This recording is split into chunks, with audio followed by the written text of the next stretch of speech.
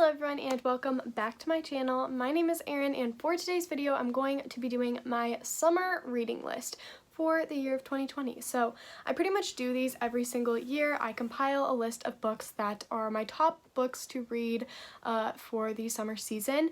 And so this year I have 10 books, 5 different categories, 2 books in each, which you'll kind of see here in a second. But yeah, I'm really excited. I'm going to do this kind of quickly because the rain is coming in and out, and right now I have some sunshine and I don't want to lose it, obviously. So yeah, this is going to be quick, but I hope that you guys enjoyed nonetheless, and let's get started. So the first little baby category is adult fantasy. It is something that I have been wanting to get into for quite some time and I just haven't really. So the first book is The Poppy War by R.F. Kuang. This is, I think, kind of inspired by the Opium Wars.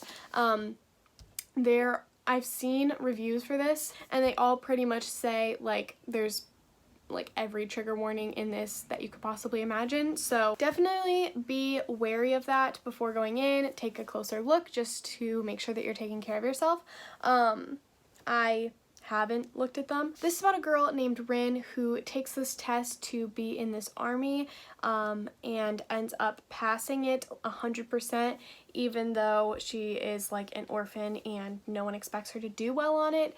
And then I'm assuming there's a war going on. Don't know where I got that idea. But yeah, it sounds really good. A lot of people really love this series, so I am really freaking pumped to try it out, hopefully this summer. The next one is The Savior's Champion by Jenna, I don't know if it's Morrissey or Morrissey, but this is basically about this world where the eldest daughter in the royal family is known as the Savior, and in order to find out who gets her hand in marriage, there is a tournament where all of these different people compete and whoever wins gets the Savior's hand. There are a lot of booby traps and stuff. I think I've heard it compared to the Hunger Games but darker. There's also a lot of really intense foul language in here, so be careful if you are sensitive to that. I don't know about the trigger warnings for this one, but it's one that I've been wanting to read for a really long time.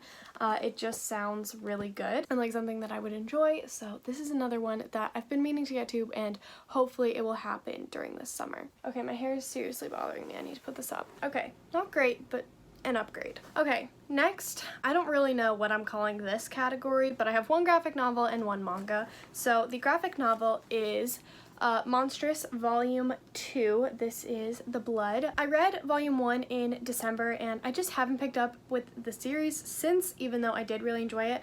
I think because it's a really intense fantasy, so I wouldn't recommend this as your first graphic novel to pick up if it is. I mean, I feel a lot of people do, but I personally wouldn't recommend it. But yeah, I do really love this series. I mean, the first one that I read, and I need to continue on because it was really good and really intense and I need to know what happens. But basically, we are following this girl named Micah Halfwolf who, she has a monster inside of her or something and people are chasing her. She's this half-breed between the Arcanics and something else, and it's a steampunk fantasy. There's a cat that follows them around and a little wolf, and it's really adorable and I love it a lot. But yeah, I just need to continue on. So the manga that I have on here is Orange by Ichigo Takano. This is volume 1. There are only 2 volumes, but they're both equally this thick, and this is basically about a girl who gets a letter from her future self saying hey, you need to be careful. You need to not do these things and then do these other certain things, because if you listen to me, you can prevent someone from taking their own life. And at first she just brushes it off as a prank, what is this letter? I don't even know what's going on. But then she starts seeing things being mentioned that the person in the letter, her future self, said would happen, and she takes it a little bit more seriously, I'm assuming. So it sounds really emotionally intense, but also really good. A lot of people absolutely love this. This is a lot of people's favorite manga series. I have only read Waiting for Spring, but I'm really excited to try this one. hopefully this summer. Then we have the middle grade section. So the first one is a book that I most recently picked up, and that is Nevermore by Jessica Townsend. I have heard this compared a lot to Harry Potter, but this is basically following a girl named Morgan Crow who is cursed apparently, and she finds herself in this world of Nevermore, and she's like going to school and learning all these things, and she has a bunch of trials that she has to face in order to stay there or something. I'm not sure. A lot of people really love this book, and I'm really excited to try it for myself. So yes, recently picked this up, and I'm really excited to read it very soon. The other one that I have is an older one, and this is Percy Jackson and the Lightning Thief. So this is book 1 in the Percy Jackson series, which I have not read, but I did read like the first 3.5 books of the Heroes of Olympus series, which is definitely out of order since those are the spin-off to these. But I really enjoy Rick Riordan's writing, and so I'm really excited to give like his initial series a try.